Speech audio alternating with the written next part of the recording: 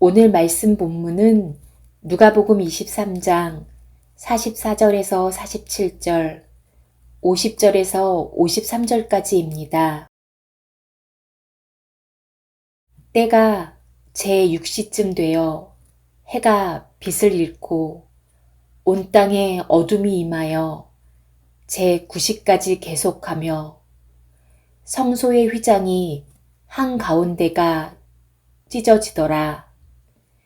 예수께서 큰 소리로 불러 이르시되 아버지, 내 영혼을 아버지 손에 부탁하나이다 하고 이 말씀을 하신 후 숨지시더라. 백부장이 그 된 일을 보고 하나님께 영광을 돌려 이르되 이 사람은 정녕 의인이었도다 하고 공회의원으로 선하고 의로운 요셉이라 하는 사람이 있으니 그들의 결의와 행사에 찬성하지 아니한 자라. 그는 유대인의 동네 아리마대 사람이요 하나님의 나라를 기다리는 자라. 그가 빌라도에게 가서 예수의 시체를 달라 하여 이를 내려 세마포에 싸고 아직 사람을 장사한 일이 없는 바위의 판 무덤에 넣어두니. 안녕하십니까. 오늘 우리가 월요일에 이어서 고난주간 목요일 함께 나눌 말씀을 살펴보겠습니다. 참 우리가 고난주간을 경건하게 또 믿음 안에서 지내는 것이 쉽지 않습니다. 왜냐하면 우리의 일상은 그대로 돌아갑니다. 그렇지만 우리가 이렇게 매일 30분 기도 시간을 통해서 주님의 고난을 묵상하고 주님과 함께 그 고통 가운데 머물므로써 나를 구원하신 그 주의 은혜가 얼마나 크신지, 그 은혜가 얼마나 놀라운지를 새삼 깊게 깨닫는 그런 귀한 축복을 누리는 이번 주간, 이제 오늘과 또 내일 토요일까지 3일 남았습니다. 함께 보내셨으면 좋겠습니다. 오늘 본문은 누가복음 23장 44절에서 47절 그리고 50절에서 53절까지의 말씀입니다. 자, 이 부분은 예수님이 이제 드디어 마지막으로 운명하시는 부분입니다. 그리고 그 예수님의 시신을 수습하는 장면입니다. 자, 오전에 정확히 몇 시는 모르지만 예수님이 십자가에 못 박히셨습니다. 그리고 정오가 되자 12시가 되자 갑자기 하늘이 껌껌해집니다. 두꺼운 구름이 몰려오면 새가 완전히 가리고 저녁처럼 됩니다. 세상이 정말 종말이 올 것 같은 그런 두려움이 몰려온 것입니다. 그때 지진이 일어나서 땅이 터지고 무덤이 열렸다는 표현도 있습니다. 그러면서 성전이 막 흔들렸겠죠. 지진이 일어나니까. 그때 성전의 가운데 성소와 지성소 사이에 있던 휘장이 쫙 찢어진 것입니다. 그것은 무엇을 말합니까? 이제 메시아가 이 성전을 완성했고 더 이상 이 헤롯의 성전, 눈으로 보이는 성전은 필요치 않다라는 사인이겠죠. 그리고 드디어 3시간이 더 흐른 후 마지막 예수님이 숨을 가쁘게 몰아하신 후 3시에 아버지여 내 영혼을 아버지 손에 맡기나이다 하고 드디어 운명을 하십니다. 왜 아버지 손에 맡깁니까? 이제 예수님은 게헨나 지옥으로 내려가십니다. 죽은 자가 가는 곳으로 갑니다. 그리고 그곳에 이틀을 계시다가 주일 새벽에 부활하셔서 다시 이제 만왕의 왕으로 그 놀라운 권세를 다시 회복하십니다. 그때 이 죽음의 깊은 게헨나 지옥으로 떨어졌다가 그를 다시 살리시는 그 권능과 능력은 누구의 손에 있습니까? 바로 하나님 아버지의 권능이요 능력입니다. 그래서 예수님은 자신의 힘으로 그걸 하지 않았어요. 그것이 왜냐하면 예수님이 인간의 몸으로 지금 죽으신 것이기 때문에. 그러니까 예수님이 죽는 것, 부활하는 것조차도 다 하나님의 힘에 의해서 하나님의 능력에 맡긴 것입니다.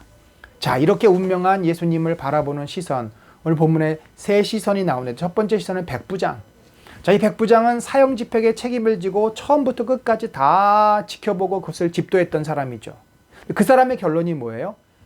하늘이 컴컴해지고 지진이 일어나고 그의 죽음이 온 자연이 진노하는 그 장면을 보고 또 주변 사람들의 이제 증거를 그가 듣고 나서 내린 결론은 저는 참으로 의인이요. 참으로 유대인들이 그렇게 비판했고 비난했던 거짓 선지자가 아니라 그는 참으로 의인이요.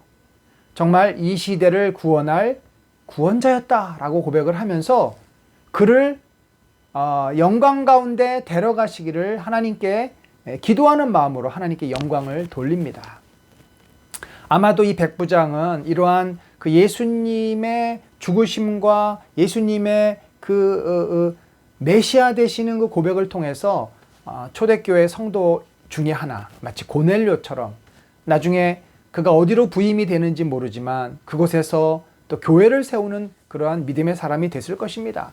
또 여인들이 있습니다. 여인들은 마리아와 막달라 마리아와 또 마르다와 여러 예수님을 따르던 그 믿음의 사람들인데 그 여인들은 너무나 마음이 안타까워 눈물 가운데 예수님의 운명을 바라보셨습니다. 자, 이때 우리가 이 현장에 역시 오늘도 그리고 또 우리 내일도 이 현장에 우리가 가 있는 것처럼 지금 내 눈앞에서 예수님이 운명하시는 그 장면을 내가 온몸의 전율을 느끼면서 나 때문에 십자가에 죽으시는 그 예수님을 우리가 눈앞에서 보는 것 같은 상상을 하면서 예수님을 한번 묵상하는 시간을 갖기를 바랍니다. 자, 이렇게 예수님이 의인이었다고 고백하는 자, 또 슬피 우는 여인들이 있었지만 아주 특별한 한 사람이 있죠. 그건 누굽니까? 아리마대 요셉인데 그는 지금 사내들인 공의회 회원이에요. 그런데도 예수님의 시신을 수습해서 장례를 지냅니다. 여러분, 이게 어떤 일인지 아십니까? 그러니까 대역죄인이 되는 거고 반란을 일으키는 것과 마찬가지입니다. 지금 유대인들은 모두 다 예수님을 누구로 몰고서 죄를 뒤집어 씌워서 죽이는 겁니까? 하나님을 모욕한 자다. 성전을 무너뜨린다고 율법을 파괴하겠다고 하는 우리들이 가지고 있는 모든 이 신앙의 질서를 깨트리는 이단 중에서도 아주 극악한 이단이다. 저놈은 죽어야 된다. 모든 유대인들이 동의를 하고 그렇게 지금 하는데 그 죽인 자를 데려다가 시신을 수습하고 그를 최대한의 예를 갖춰서 장례를 지내니 이 사실을 알았을 때 그 유대 공동체에서 이 아리마대 요셉을 가만히 놔두겠습니까? 당연히 그는 사내들인 공의회 회원직은 박탈당할 것입니다. 그 밖에 그의 집에다 돌을 던지거나 아니면 그가 길거리를 걸어갈 때 돌을 던져서 그를 죽이려고 할 수도 있다는 거죠. 이렇게 큰 어떤 불이익과 고통을 감수하고서 지금 그는 예수님을 빌라도에게 가서 시신을 달라고 하고 이제 안식일이 시작되기 전인 오후 3시부터 한 6시, 그러니까 해지지 않겠어요. 6시, 7시? 그러니까 한 3-4시간 사이에 예수님을 데려다가 이제 무덤에 안치를 하고 깨끗한 세마포로 씌워서 예수님을 이제 장례를 지냅니다. 근데 여러분, 이것이 또 쉬운 일이 아닌 게 엄청난 비용이 들어요. 이때 니고데모도 힘을 합합니다. 그 두 사람이 엄청난 비싼 양의 향품을 사다가 예수님의 온몸을 바르고 그 향처리를 해서 이제 장례를 지내는데 우리는 그가 유대인, 그것도 유대 율법학자였는지 바리새인은 정확히 모르지만 사내들인 공의회 회원으로서 왜 이러한 무모한 짓을 했는지 우리는 궁금하지 않을 수 없습니다. 그런 이렇게 고백합니다. 그는 성경은 누가는 아리마대 요셉에 대해서 그는 선하고 의로운 자다. 선하고 의로운 자다. 여러분, 이게 무슨 말입니까? 선하고 의로운 자라는 것은 그가 메시아를 진심으로 믿었다는 거죠. 그런데 저는 여기서 이제 좀 특이한 상황은 왜 이렇게 이 아리마대 요셉이 예수님의 시신을 놔뒀다가 나중에 사람들이 다 이제 시선이 사라지고 이러고 나서 장례를 한 것이 아니라 왜 바로 갔다가 장례를 했을까? 당장은 우리가 안식일 때문에 그렇다고 볼 수 있지만 또 하나는 예수님의 시신이 훼손되기 전에 갔다가 장례를 드린 겁니다. 그 얘기는 뭐예요? 예수님이 그대로 다시 살아날 것을 그가 믿었다는 증거입니다.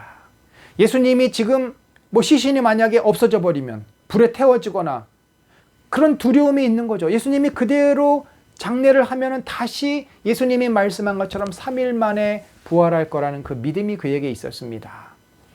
사랑하는 성도 여러분, 우리 아리마대 요셉 같은 분은 참 아주 훌륭한 믿음의 사람입니다.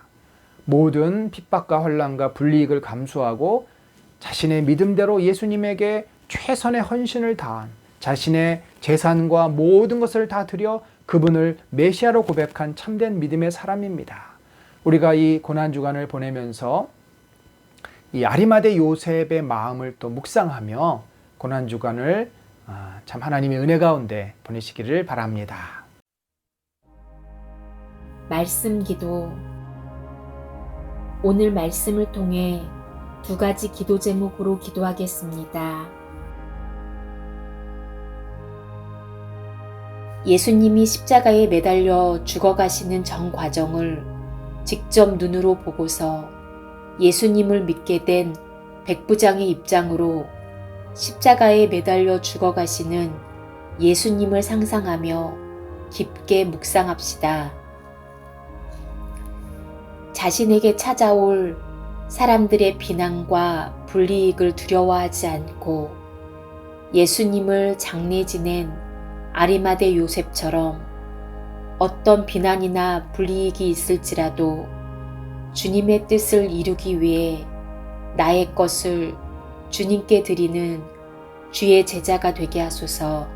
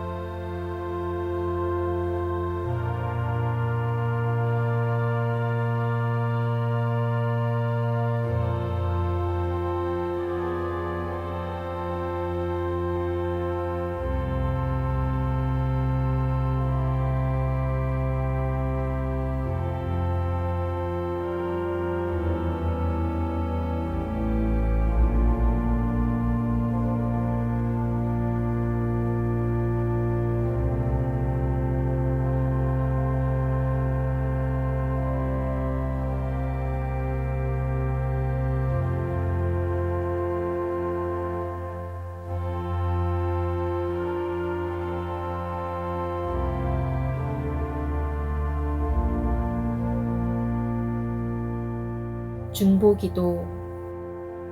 열방과 우리나라 가운데 하나님의 뜻이 이루어지게 하소서.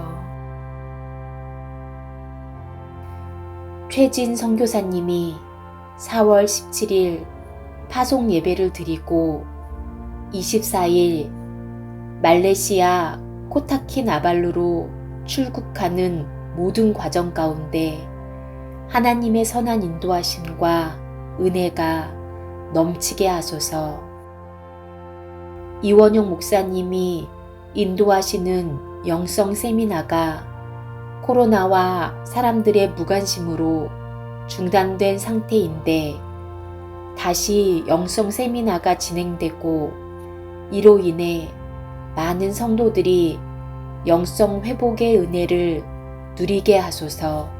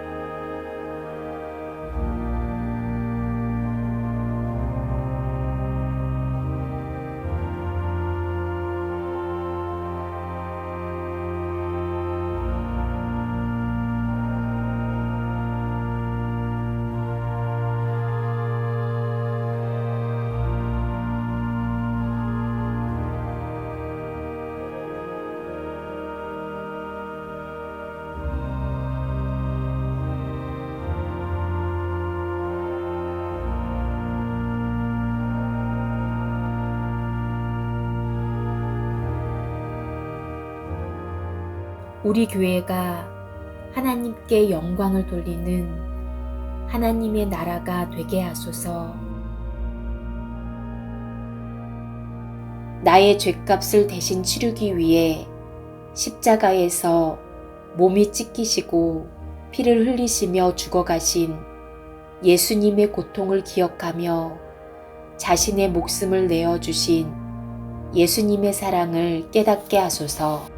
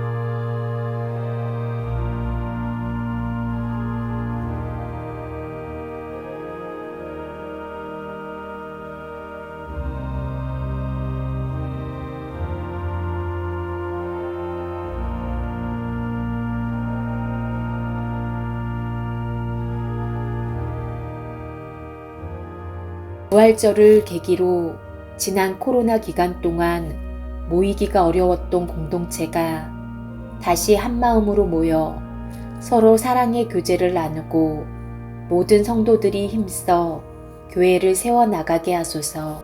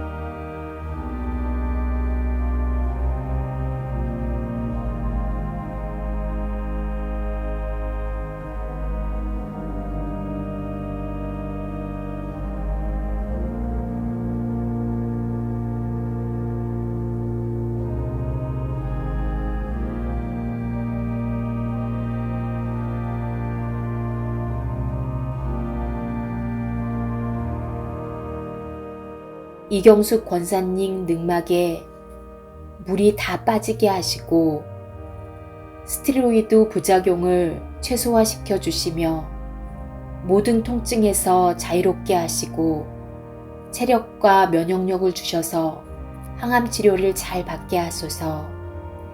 연 집사님 아버님이 마음의 평안 가운데 잘 지내게 하소서. 안명진 집사님 어머님의 척추 수술 후 잘 회복되셔서 일상생활에 어려움이 없게 하시고 아버님이 불면증과 무릎 통증에서 벗어나게 하소서. 장중영 아버님이 인지기능과 보행이 좋아지게 하시고 최종순 권사님의 어지러움증과 허리 통증이 사라지게 하소서. 코로나에 걸린 성도들이 후유증 없이 온전하게 회복되게 하소서.